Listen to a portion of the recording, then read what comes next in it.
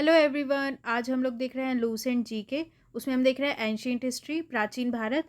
और हमने वैदिक सभ्यता तक पढ़ा था। अब हम आगे देखेंगे महाजनपदों का उदय। पहले ये सिर्फ ऑडियो आ रहा था, लेकिन अब मैंने बुक की फ़ोटो भी ऐड कर दिया ताकि आप नोट्स भी देख सकें अगर आपको देखना है तो देखिए, पहली बात जो लूसेंट जी के है वो काफ़ी इंपॉर्टेंट है। वन डे एग्ज़ाम जितने भी होते हैं जिनमें भी फैक्ट आते हैं सबके लिए बहुत इंपॉर्टेंट है। अगर आप इसको अच्छे से समझ लेते हैं, रट लेते हैं, तो बहुत आपको एग्ज़ाम्स में फ़ायदा होगा, ये पक्की बात है।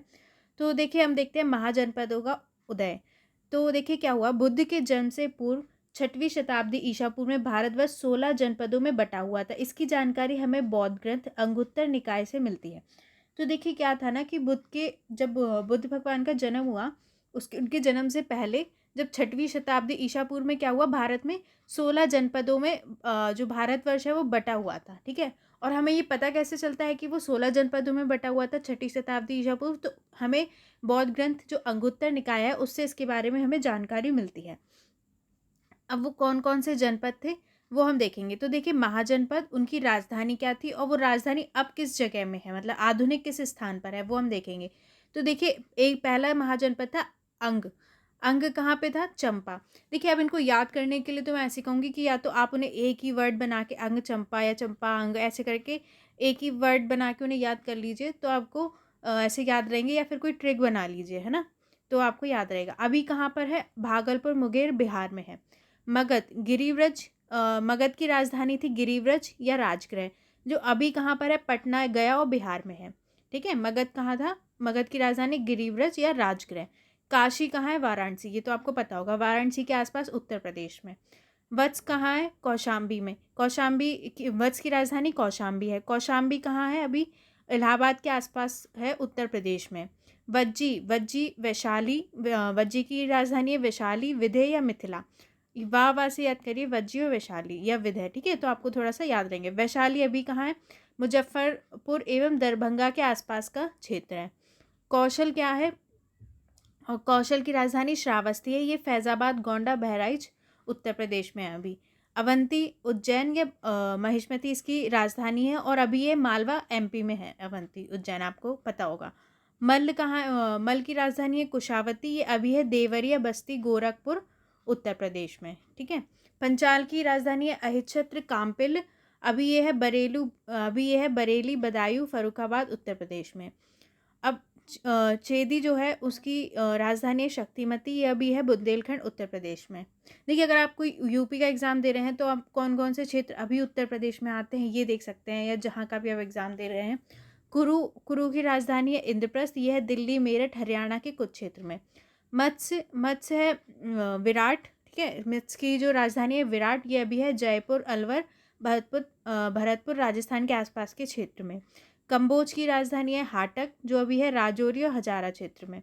शूरसेन है की राजधानी है मथुरा, जो अभी मथुरा उत्तर प्रदेश में ही है। ठीक है। अशमक की राजधानी पोटली या पोतन है, जो अभी है गोदावरी नदी क्षेत्र दक्षिण भारत का एकमात्र जनपद है। अशमक जो है वो दक्षिण भारत का एकमात्र जनपद है। ठीक है। गांधार की राजधानी तक्षशिला, जो अभी है रावलपिंडी पेशावर पाकिस्तान में। चलिए, अब हम मोस्ट इंपॉर्टेंट टॉपिक पढ़ेंगे, जैन धर्म और बौद्ध धर्म। ठीक है, इससे क्वेश्चंस भी आते हैं, तो आपको अच्छे से पढ़ना भी है। तो अब हम जैन धर्म के बारे में पढ़ेंगे। तो देखिए, जैन धर्म के इससे पहले एक और बात, अगर मैंने आपको बताया कि अगर आपको जनपद याद करने हैं तो या तो आप उन्हें एक शब्द बना के याद कर लीजिए, ठीक है, कहाँ पर है, और या फिर आप उन्हें कोई ट्रिक से याद कर लीजिए, जैसा भी आपको सुविधा हो। ठीक है। जैन धर्म के संस्थापक एवं प्रथम तीर्थकर ऋषभदेव थे।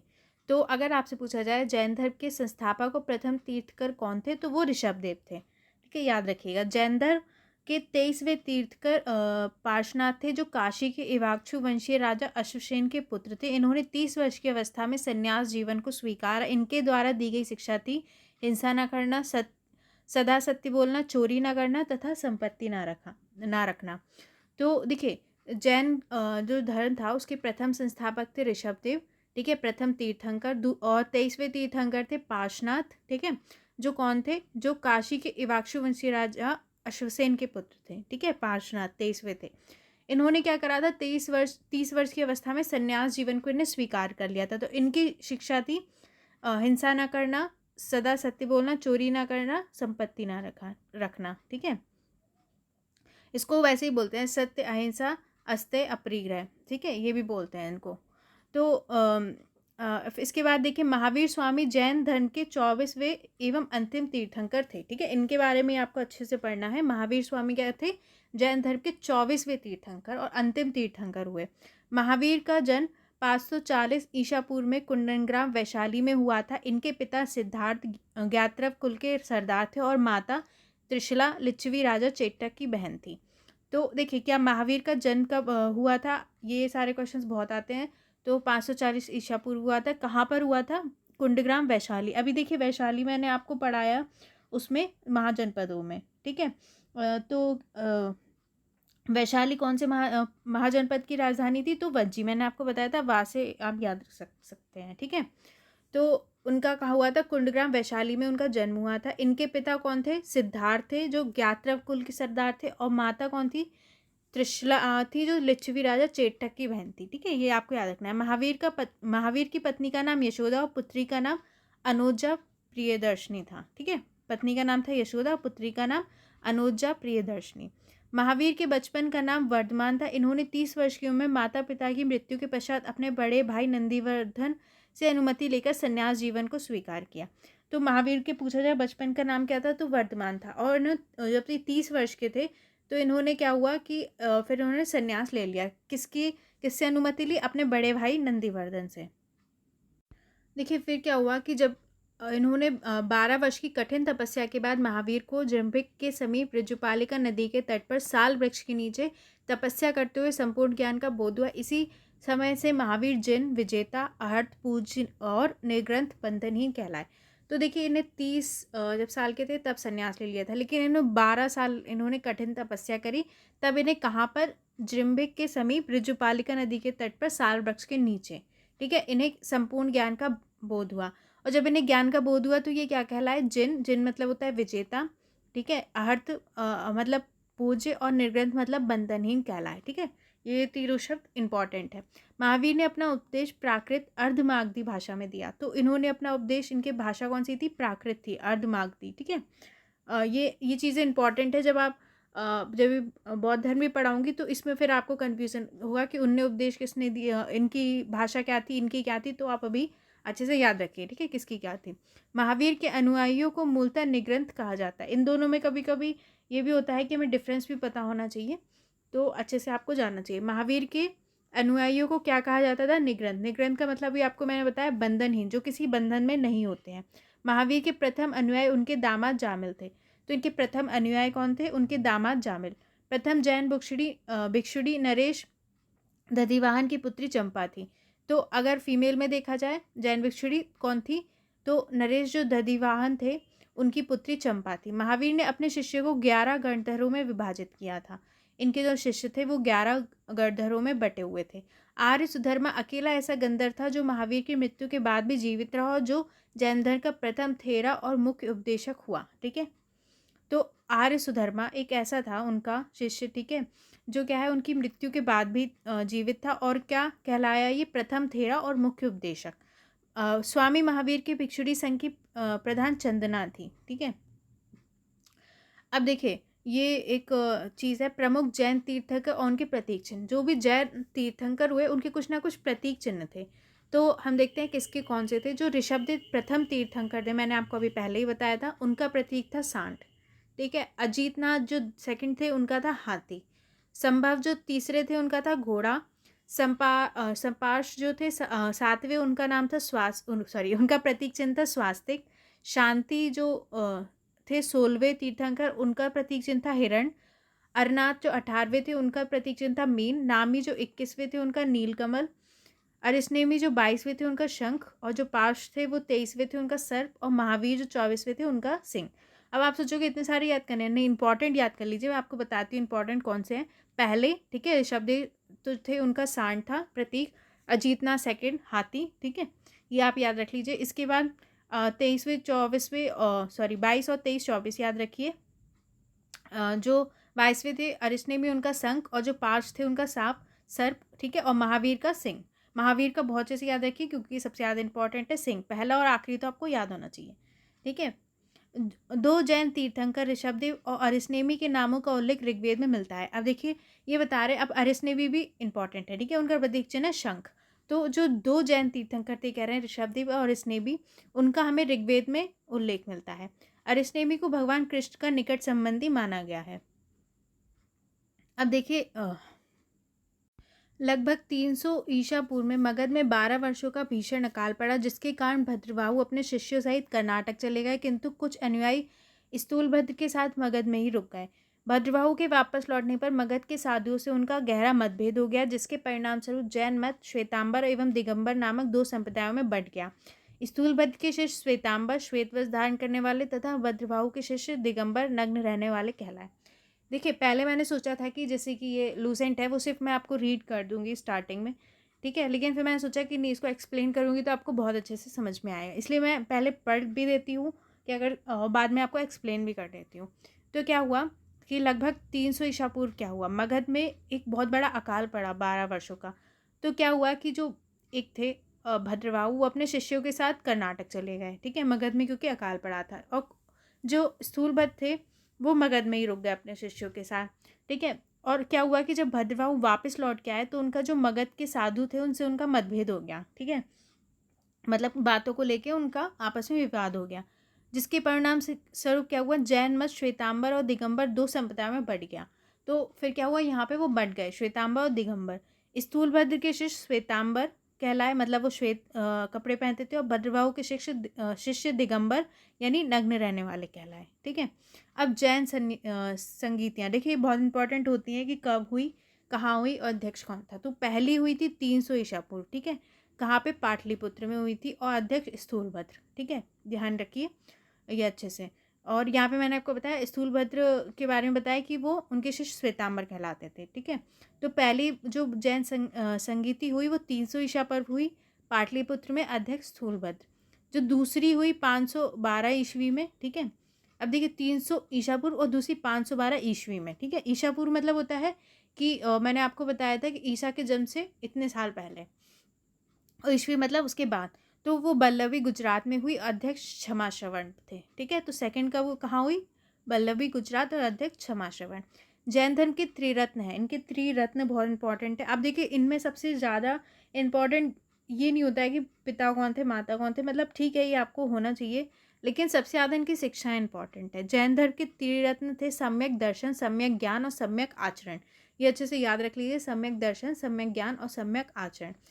त्रिरत्न के अनुशीलन में निम्न 5 महाव्रतों का पालन अनिवार्य है: अहिंसा, सत्य, वचन, अस्तेय, अपरिग्रह और ब्रह्मचर्य, ठीक है। मैंने आपको पहले बताया था कि 4 शिक्षा दी थी, ठीक है।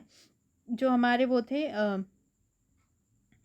जो हमारे पार्श्वनाथ जी थे, ठीक है, 23वें तीर्थंकर, उन्होंने 4 शिक्षा दी थी, ठीक है। अहिंसा वाली, सत्य बोली, अस्तेय और अपरिग्रह। जो 5वां महाव्रत था, ठीक है, उसको महावीर स्वामी ने दिया था, ठीक है, ये अलग से मैं आपको बता रही हूँ। तो त्रिरत्न के अनुशीलन में हम उन्हें निम्न 5 महाव्रतों का पालन करना था, जैसे अहिंसा, हिंसा ना करना, सत्य बोलना, अस्तेय चोरी ना करना, अपरिग्रह संग्रह ना करना, और ब्रह्मचर्य मतलब आपको बताइए, ठीक है। जैन धर्म में 4 वरों, शिक्षा, अन्न, चिकित्सा और आवास के सिद्धांत ने इसे लोकप्रिय बनाने में मदद की। अब देखिए जैन धर्म में ईश्वर की मान्यता नहीं है, जैन धर्म में आत्मा की मान्यता है, ठीक है। अब ये चीज़ें बहुत बाद में कन्फ्यूज हो जाता है, तो याद रखिए कि ईश्वर को नहीं मानते लेकिन आत्मा को मानते हैं, है ना। महावीर पुनर्जन्म और कर्मवाद में विश्वास करते हैं। तो इसको ऐसे भी याद रख सकते हैं कि लोग अच्छा काम क्यों करेंगे, है ना, जब अगर ये नहीं बोलेंगे कि आपका दोबारा जन्म होगा या आपको अच्छे कर्म करने चाहिए, तो ये लोग ये चीज़ें मानते हैं। महावीर पुनर्जन्म और कर्मवाद में विश्वास करते हैं, आत्मा में मानते हैं लेकिन ईश्वर को नहीं मानते, ठीक है। जैन धर्म में सप्तभंगी ज्ञान के अन्य नाम स्यादवाद और अनेकांतवाद हैं, ठीक है। अब यहाँ पर इनके क्या है, जो इनके मतलब ज्ञान है उसका नाम स्यादवाद और अनेकांतवाद है, ठीक है। इसका एक तरीके से मतलब ये होता है कि इजी वर्ड में कि मतलब सबके अलग अलग दृष्टिकोण होते हैं और वो सब कहीं ना कहीं सही हो सकते हैं, ठीक है। ये इजी वर्ड में बताने की कोशिश करा मैंने। जैन धर्म में अपने आध्यात्मिक विचारों को सांख्य दर्शन से ग्रहण किया। अब देखिए जो जैन धर्म के विचार है वो कहाँ से आए थे, कहाँ से लिए गए थे, सांख्य दर्शन से। अब पहले जो मैंने पढ़ा है ठीक है, लेकिन इनकी संगीति, इनकी शिक्षा, ये वाला पार्ट इंपॉर्टेंट है। जैन धर्म मानने वाले कुछ राजा थे: उदयन बंधु राजा, चंद्रगुप्त मौर्य, कलिंग नरेश खारवेल, राष्ट्रकूट गुप्त राजा, अमोघवर्ष और चंदेल शासक। तो कुछ जो जैन धर्म को मानने वाले राजा थे उनके नाम हैं, इसमें आपको याद रखना है। चंद्रगुप्त मौर्य काफ़ी इंपॉर्टेंट है, ठीक है। ये सब आपको उदयन, खारवेल या फिर अमोघवर्ष, ये सब इनके नाम आपको याद रखने हैं। मैसूर के गंग वंश के मंत्री चामुंडी के प्रोत्साहन से कर्नाटक के श्रवणबेलगोला में 10वीं शताब्दी के मध्य भाग में विशाल बाहुबली की मूर्ति, गोमतेश्वर की मूर्ति का निर्माण किया गया। गोमतेश्वर की प्रतिमा कायोत्सर्ग मुद्रा में है। महावीर तपस्या की इस मुद्रा में वह अपनी चारों ओर के वातावरण से अनभिज्ञ हैं। उनके पैरों में सांप लपेटे हुए तथा चींटियों ने मिट्टी के घरौंदा बना दिए हैं। यह मूर्ति 18 मीटर ऊंची एवं एक ही चट्टान को काटकर बनाई गई है। तो देखिए, मैसूर में जो गंग वंश था उसके जो मंत्री थे चामुंड, ठीक है, ने उनने के प्रोत्साहन से कर्नाटक में जो श्रवणबेलगोला है उसमें 10वीं शताब्दी के मध्य में उन्होंने विशाल बाहुबली की मूर्ति, जिसे गोमतेश्वर की मूर्ति कहते हैं, उसको बनाया था। ठीक है, ये इम्पॉर्टेंट है। और ये कायोत्सर मुद्रा में है। इसमें क्या है, जो महावीर तपस्या की इस मुद्रा में, मतलब वो अपने आसपास के वातावरण से अनभिज्ञ हैं, मतलब उनके पैर में भी सांप लपेटे हैं, आप चींटियों के घरौंदे हैं, मतलब वो अपने आस इतना वो लीन है कि आसपास के बारे में उन्हें ज्ञान नहीं है, ठीक है, मतलब अनभिज्ञ हैं वो क्या चल रहा है। ये 18 मीटर ऊंची और एक ही चट्टान को काट के बनाई गई है। खजुराहो में जैन मंदिरों का निर्माण चंदेल शासकों द्वारा किया गया। तो देखिए, खजुराहो में जो जैन मंदिर है उनका निर्माण किसने कराया था? चंदेल शासकों ने। मौर्योत्तर युग में मथुरा जैन धर्म का प्रसिद्ध केंद्र था। मथुरा कला का संबंध जैन धर्म से है। तो देखिए, जब मौर्योत्तर युग आया उसमें मथुरा जो था वो जैन धर्म का प्रसिद्ध केंद्र था।